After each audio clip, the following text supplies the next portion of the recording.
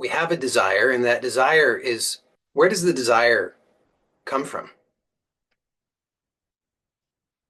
Just pay attention. So just, or anything, just pay attention to any experience that is presently arising. Just notice how does that experience come to be? Where does it, what's its source?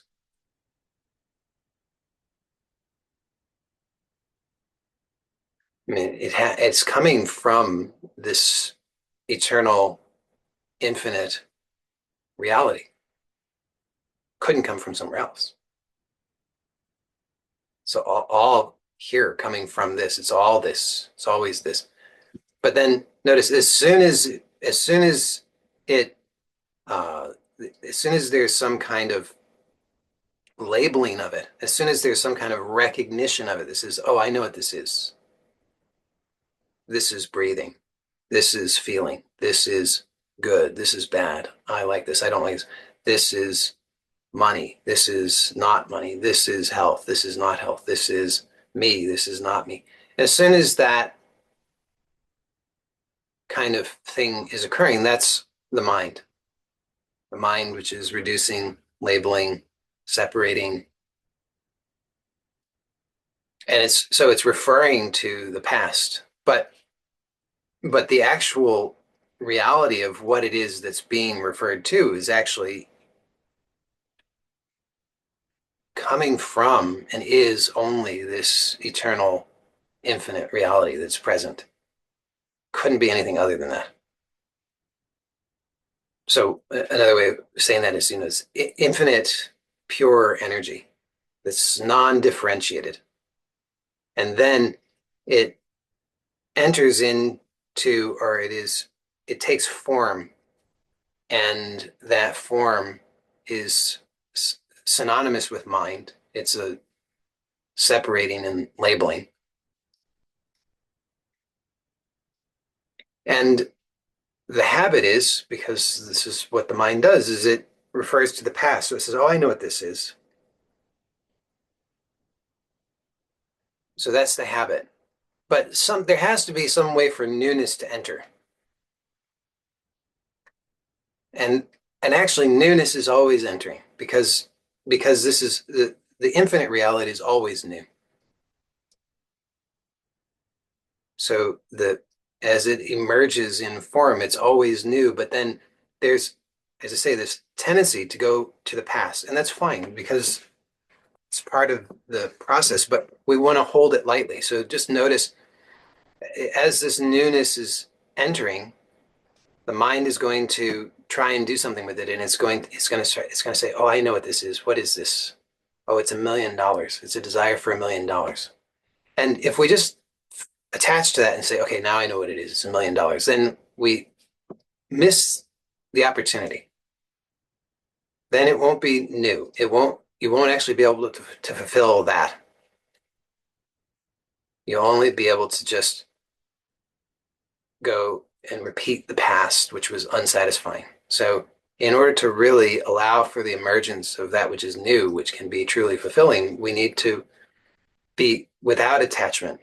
So allowing the emergence of the desire and playing along, doing our part, because it's like training the mind. So we have to work with the mind. The mind is going to say, oh, it's $1 million. And we say, yes, good. Thank you, mind. It's $1 million. Good job. But what the mind is really saying is it's like $1 million. This is actually an important distinction. So the desire, just translate this for yourself. When you say, this is what I desire, translate that. What I desire is like this, right? It's like whatever I think it is, because whatever you think it is something from the past. So it's the closest approximation that your mind can come up with based on what it already knows, the limitations of the past. It's going to say, it's like this. And you can say, good job, thank you. Because in order for it to emerge and without it being completely disruptive, we want it to emerge. It's morphing into something new, but through this filter of what has already been known. So there's a sense of continuity.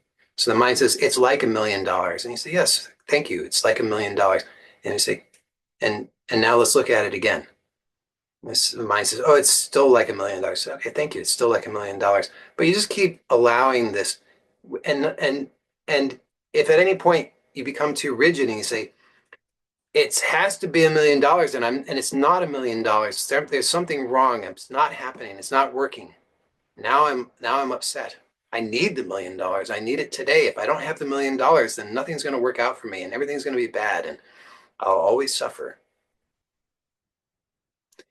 Then it's too much attachment, too much rigidity, and it limits the actual fulfillment of what it is that we want. So instead of saying it has to be, I need it, I'm attached to it, say, okay, it's like what? It's like this, it's like that.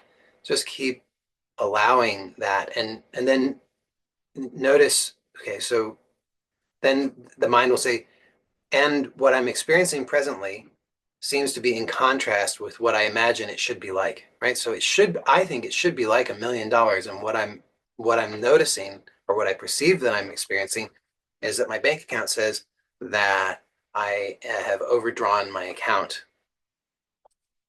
So it's not $1 million.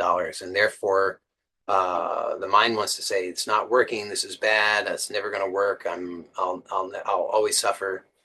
But we can just hold it lightly and let go of the attachment and say, okay, so it's like $1 million, and how I judge what I'm experiencing is like being overdrawn. So there seems to be a discrepancy in terms of at this level of how I'm interpreting it.